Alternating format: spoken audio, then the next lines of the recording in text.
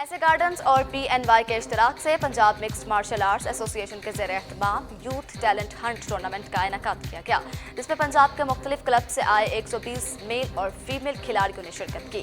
آپ کو بتاتے چلیں کہ یوتھ ٹورنامنٹ کا انعقاد کیا گیا ہے، جس میں پنجاب کے مختلف کلبوں سے آئے کھلاڑیوں نے شرکت کی ہے۔ Pakistan mixed martial arts federation کے صدر Babar Qayyum Raja, CEO PNY training mister Wahab Younis اور سیکرٹری شفیق الرحمان کھٹانہ نے خصوصی شرکت کی، جبکہ صدر PMMAF بابر قیوم راجہ کا کہنا تھا کہ اس طرح کے ایونٹس نوجوان کھلاڑیوں کو ٹیلنٹ دکھانے کے لیے موقع فراہم کرتے ہیں۔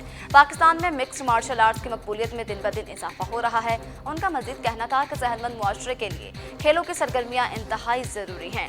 PNY ٹریننگ وہاب یونس نے کہا کہ پاکستان میں نہ صرف میل بلکہ فیمیل کھلاڑی بھی بڑھ چڑھ کر حصہ لے رہی ہیں۔